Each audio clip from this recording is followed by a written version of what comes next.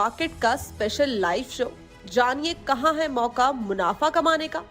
Index से लेकर stocks तक पूरी जानकारी और पूछिए अपने इन्वेस्टमेंट और ट्रेडिंग से जुड़े सारे सवाल।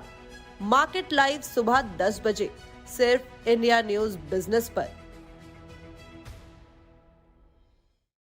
नमस्कार, एक बार फिर से स्वागत है आप सभी का इंडिया न्यूज बिजनेस के खास शो मार्केट लाइव में और मैं हूं आपके साथ कंचन औटियाल। इस पैनल में हम डिस्कशन करते हैं बाजार के बारे में, बाजार का क्या हाल चाल है। जैसे कि हम देख रहे हैं आज बाजार ने निफ्टी ने एक नए ऑल टाइम हाई को छू लिया है और हर एक मिनट हर एक मोमेंट में एक नया हम लाइफ हाई की तरफ चलते जा रहे हैं। देखते हैं कि कब तक सस्टेन रहेगा, वापस से हमें एक कंसोलिडेशन का फेज देखने को मिलेगा, डाउनवर्ड ट्रेंड देखने को मिलेगा, या जो ये एक बाजार का न्यू ऑल टाइम हाई है वो बरकरार रहेगा। जिसमें हमारी हेल्प करने वाले हमारे खास पैनलिस्ट मिलवाते हैं आज के खास मेहमान से। सबसे पहले स्वागत करते हैं मीता मेहता जी का। नमस्कार मैम, स्वागत है आपका शो में। Good morning ma'am, thank you for having me on the show. Thank you for joining us ma'am. हमारे साथ जुड़ चुके हैं देवांग विसारिया जी। नमस्कार सर, स्वागत है आपका शो। नमस्कार, thank you for joining us and आप सभी को भी कॉन्ग्रेचुलेशन। निफ्टी ने वापस से एक नए ऑल टाइम हाई की तरफ छलांग लगा ली है। एक अच्छा मूड बाजार का हमें देखने को मिल रहा है। मीता मैम, सबसे पहले मैं आपसे पूछना चाहूंगी, एक नया ऑल टाइम हाई लग गया है, हफ्ते का आखिरी कारोबारी दिन है, ये ऑल टाइम हाई हमें और भी हाई जाता हुआ दिख रहा है अभी हाल ही में, या वापस से ये हमें कंसोलिडेशन और उसी लेवल जो सपोर्ट मेजर सपोर्ट लेवल्स माने जा रहे थे वहां पे आता हुआ दिख रहा है? Yes, मीता मैम, मैं एक मिनट वापस आना चाहूंगी। सबसे पहले मैं एक बार कवन सर का भी स्वागत कर लेती हूँ।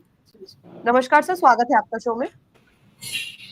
नमस्कार Kanchan ji, thank you for having me on your show और सभी पैनलिस्ट और गेस्ट को भी नमस्कार और सुप्रभात जी।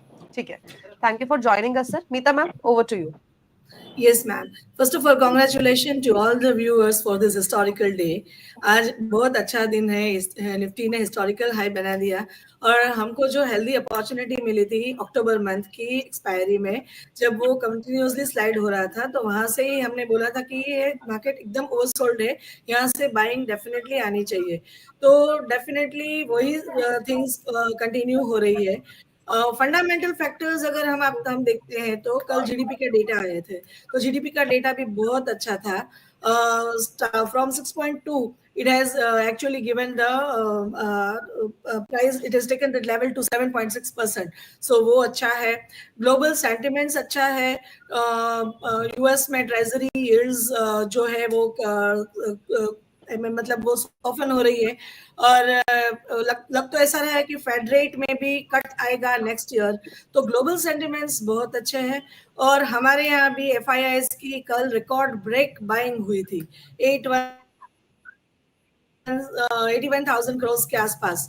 तो वो भी दिखा रहा है कि मार्केट कहीं पूरी बहुत अच्छा स्ट्रक्चर अभी बन रहा है, technically as well as fundamentally.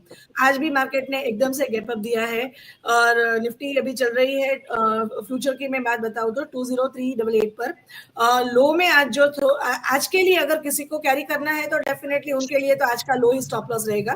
पर अगर कोई कैरी करता है और बड़ा पिक्चर अगर हम देखने जाए तो मुझे 20,900 तक का टारगेट दिख रहा है, पर एकदम से नहीं आ जाएगा, कंसोलिडेट होते होते आएगा।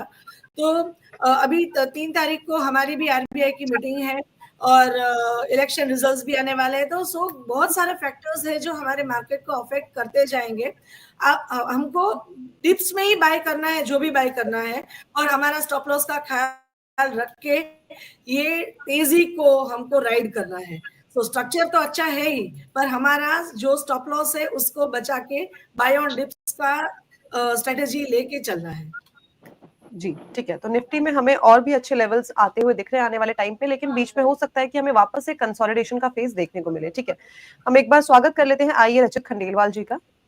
नमस्कार सर, स्वागत है आपका शो में। नमस्कार मैम, नमस्कार सभी फेलो पैनलिस्ट को और दर्शकों को भी नमस्कार जी। ठीक है, अब चलते हैं देवांग सर के पास। देवांग सर, क्या ओवरव्यू है बाजार को लेके? Medium to long term structure काफी पॉजिटिव है। आई थिंक न्यू हाइज में हिट होने के बाद 20,900 21,000 के लेवल्स के लिए निफ्टी जाएगा ऊपर, बट एक आपको ध्यान रखना पड़ेगा कि शॉर्ट टर्म में काफी ओवरबॉट है मार्केट, तो आप एकदम कैरिड अवे होके यहाँ पे बहुत सारे लॉन्ग पोजीशंस नहीं खोल सकते। You would have to take a measured approach and better to use option strategies for initiating long position.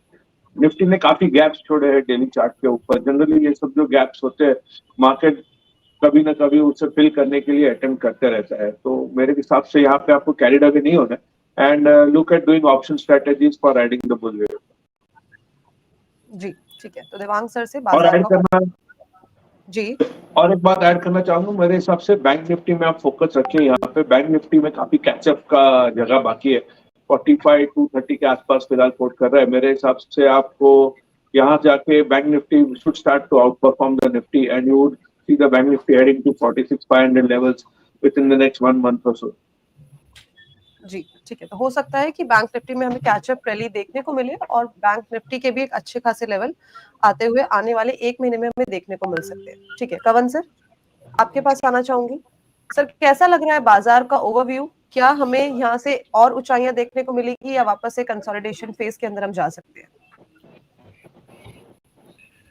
जी कंचन जी, जैसे कि अभी ऑल टाइम हाई आज नया टच किया है, तो अभी तो थोड़ा पॉजिटिव ही देखेंगे क्योंकि सभी फैक्टर्स अभी थोड़े हमारे फेवर में सेटल डाउन हो रहे हैं. जैसे कि जीडीपी डेटा का कल जो नंबर्स आए वो भी काफी बेटर देन एक्सपेक्टेड थे.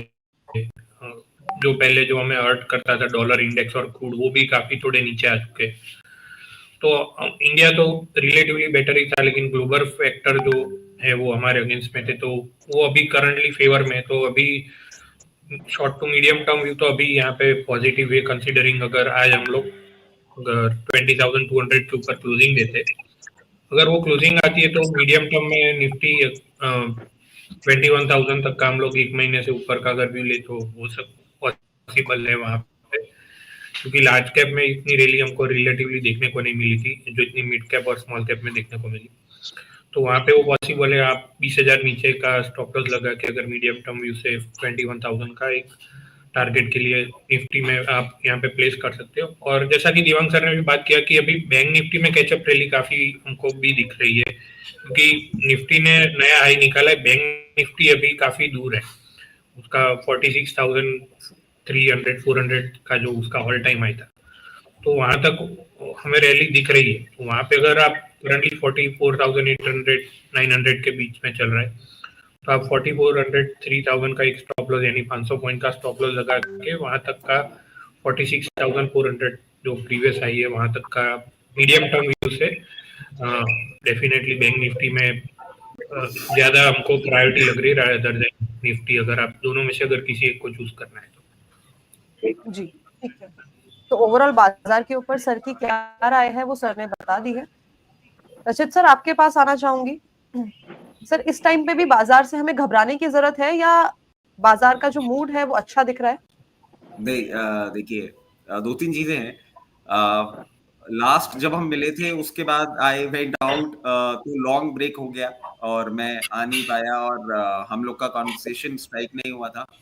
Last time when we met 19,294 के ऊपर का हमने लेवल दिया था कि उसके ऊपर क्लोजिंग अगर 2-3 दिन कर देगा तो will be in a bullish trend, और वो कहीं ना कहीं मार्केट में होता हुआ दिख रहा है. तो घबराने की बात जहां तक है, देखिए at the very face of it अभी नहीं दिख रही है क्योंकि 2-3 पैरामीटर्स आप देख लीजिए. यूएस की तरफ से भी जो स्टेटमेंट आ रहा है कि अब रेट हाइक नहीं करने की बातें आ रही हैं. अभी हमारी जो बैंक पॉलिसी है आरबीआई की उसमें भी कुछ ऐसा ही होता हुआ दिखेगा.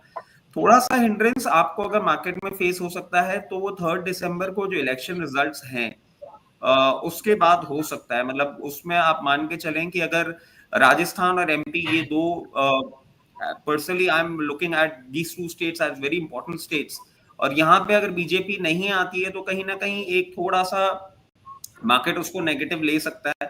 बट देन अगेन जिस तरीके से अभी इंडिया के नंबर्स हैं और आप देखें इजराइल हमास भी अभी सीज फायर पे आके बैठ गए, कहीं ना कहीं उनको भी समझ में आ गया है कि ये सिचुएशन उस तरीके से नहीं चल रही है जैसी चलनी चाहिए थी, which is there till I believe Sunday. तो इन सब चीजों को देखते हुए ऐसा लगता है कि हाँ ठीक है, अपना ट्रेंड अच्छा है, अपने इंटरनल फैक्टर्स अच्छे हैं. घबराने की बात जैसे कि मीता मैम भी बोली और देवांग सर भी बोले कि गैप्स हैं चार्ट पे जिसको आप प्ले अराउंड कर सकते हैं. तो मार्केट अगर करेक्शन दिखाता है तो हम वहां पे अपनी बाइंग पोजीशन इनिशिएट कर सकते हैं. स्टॉक स्पेसिफिक अप्रोच में आप स्टॉप लॉस अपना मेंटेन करके चलते रहें। ट्रेंड अच्छा लग रहा है, मार्केट अच्छा लग रहा है, जीडीपी अच्छी आ रही है, बैलेंस शीट्स इंप्रूव हो रही हैं, तो मेंटेन विद स्टॉप लॉसेस। जी, ठीक है। तो बाजार का जो ट्रेंड है वो इस टाइम पे पॉजिटिव दिख रहा है। साथ में जो सर ने पहले हमें डेटा पॉइंट्स बताए थे कि उन लेवल्स के ऊपर अगर हमें क्लोजिंग देखने को मिलेगी तो जो बाजार का ट्रेंड है वो बुलिश हमें देखने को मिल सकता है और उस तरीके से हम देख भी रहे हैं मार्केट का जो ट्रेंड है। Rachit sir, as per my knowledge, जहां तक मैं जानती हूँ कि आप ऑटो सेक्टर को काफी क्लोजली ट्रैक करते हैं। अभी ऑटो के नंबर भी आए हैं, बजाज ऑटो के, एस्कॉर्ट कुबोटा के। आपका क्या मानना है कि नंबर किस तरीके के आए? जैसे अगर हम बजाज ऑटो में देखें, जो एक्सपोर्ट है उसमें 6% का हमें डाउनसाइड देखने को मिला है, लेकिन जो डोमेस्टिक सेल है उसमें करीबन 69% की हमें बढ़त देखने को मिली है। आपको क्या लगता है कि किस तरीके से ऑटो सेक्टर्स के नंबर आए हैं इस बार? देखिए, बजाज में अगर हम देखें एक्सपोर्ट तो फॉल हुआ ही है 69%। एज माय अंडरस्टैंडिंग हम फेस्टिव सीजन को लेके निकले अभी, और ग्रोथ हम उसमें थोड़ी ज्यादा एक्सपेक्ट कर रहे थे जो कि नहीं आई है। तो बहुत ज्यादा कोई अच्छे और गेम चेंजिंग नंबर्स मुझे नहीं at the very face of it दिख रहे हैं। स्टॉक अपना ट्रेंड अपने हिसाब से चलता रहेगा। These auto numbers would not really make much of difference. जी, ठीक है। ये जो सवाल है अगला, वो मीता मैम और रचित सर आप दोनों के लिए ही है बेसिकली, बिकॉज जो आपकी रिकमेंडेशन थी वो दोनों की रिकमेंडेशन थी एचएल को काफी बड़ा ऑर्डर मिला है। मीता मैम? यस, एचएल ने काफी बड़ा रन अप दिखा दिया। हमारा भी जो एचएल का था वो 1950 से हमने रिकमेंड किया था, और एचएल का टेक्निकल स्ट्रक्चर तो तभी अच्छा ही था, और आज भी बहुत बड़ा ऑर्डर मिलने के बाद 2600 के लिए। पर अगर फ्रेश किसी को बाइंग करना है तो ये जगह है नहीं फ्रेश बाइंग के लिए, पर किसी ने होल्ड किया है तो definitely 2600 will be the target. बड़ा टेक्निकल स्ट्रक्चर तो एकदम अच्छा है। जी, ठीक है। रचित सर, आपको कुछ ऐड ऑन करना है इसमें? देखिए, एड ऑन करने वाली बात वही है कि सीज फायर हुआ है, लड़ाई खत्म नहीं हुई है, और कहीं ना कहीं आप एक चीज देखें, मतलब HL has given no significant movement.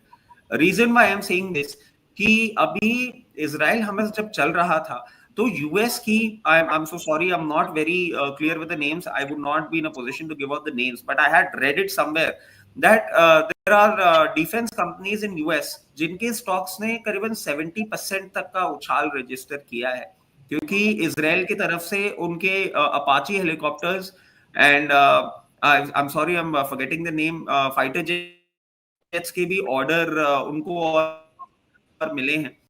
तो आप ये देखिए कि कहीं ना कहीं जिस तरीके से हम ग्लोबल अनरेस्ट पे जा रहे हैं, वॉर की तैयारी कर रहा है, कोई वॉर में है, तो ऐसी सब चीजों को देखते हुए और जिस तरीके से हमारी मेक इन इंडिया की मुहिम के चलते हुए ये इंपोर्ट करके असेंबल करने से लेकर आज पूरी अपनी असेंबली लाइनअप चलाने वाली कंपनी बन गई है। अभी आपने देखा था मोदी जी ने तेजस भी फ्लाइट लिया था।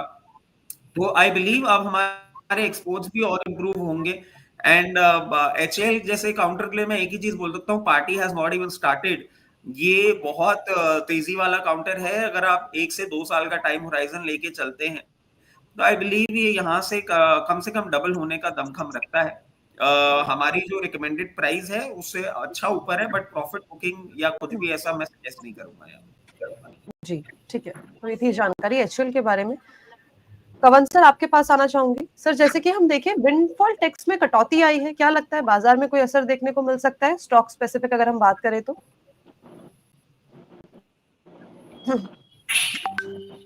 जी देखिए, विंडफॉल टैक्स में जो कटौती है वो तो सीधा उसका रिलेशन अगर देखें तो क्रूड ऑयल जो नीचे है तो वो नीचे आता है तो विंडफॉल टैक्स कट होते हैं, और अगर वो ऊपर चला जाता है तो वापस ये लोग टैक्स इंप्लीमेंट कर देते हैं। उसका बेनिफिट तो अगर क्रूड अगर डे टू डे बेसिस पे वहाँ पे जो भी मूवमेंट आता है उस हिसाब से जो उसके डेरिवेटिव्स या जो डायरेक्टली इम्पेक्टेड जो स्टॉक है वहाँ पे मूवमेंट उनको देखने को मिलता है। जैसे कि रिसेंटली लास्ट मंथ में हमने OMC जो HPCL BPCL IIC में एक बड़ी रैली देखने को मिली, तो ये सब वहाँ पे है। और हम लोग ONGC और रिलायंस को भी देख सकते हैं जो जनरली डायरेक्ट डेरिवेटिव रहते हैं वहाँ पे। तो जो भी है उनके ऊपर पॉजिटिव ही है।